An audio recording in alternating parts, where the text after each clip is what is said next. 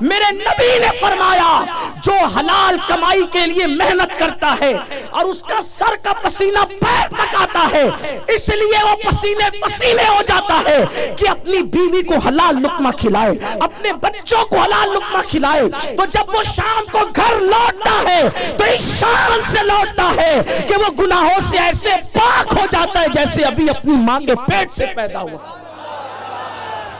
مردوں کا کام کمانا ہے، عورتوں کا کام گھر میں بچوں کی تربیت کرنا ہے، اور اگر کسی غربت کی وجہ سے کمانا پڑے عورتیں گھر میں رہ کے کمائے گی۔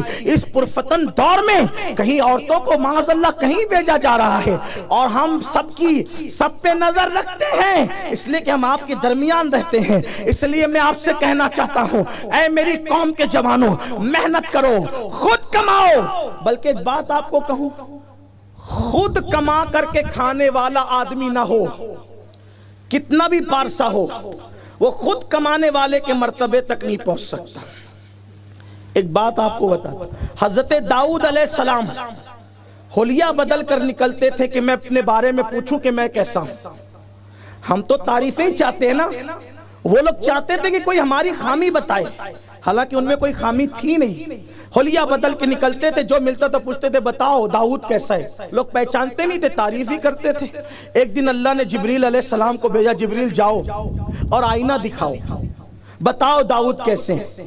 جبریل کو انسان کی شکل میں دیکھا تو پوچھا داؤد کیسے ہیں، فرمایا بہت اچھے آدمی، ان جیسا کوئی نہیں ہے اس دور میں، اس زمانے میں، لیکن بس ایک ہی بات ہے کہ وہ خود کما کر نہیں کھاتے۔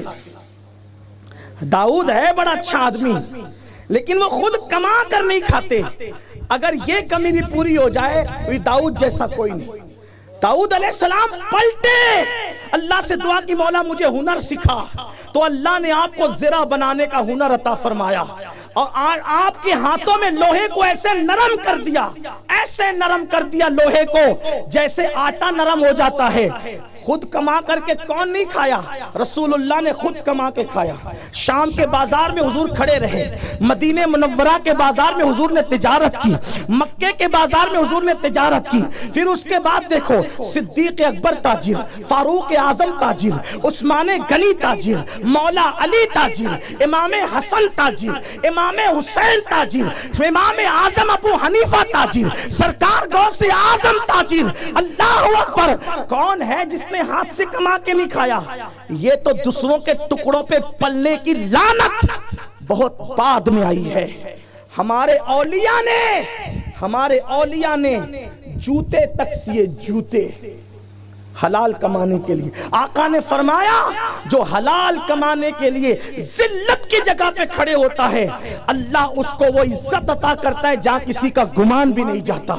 جو ہاتھ حلال کماتے کماتے سخت ہو جائیں، مردوں کے ہاتھوں کو نرم نہیں ہونا چاہیے، مردوں کے ہاتھوں کو نرم نہیں ہونا چاہیے۔ یہ خصوصیت صرف یا تو مصطفیٰ جان رحمت کی ہے یا تو اولیاء اللہ کی ہے۔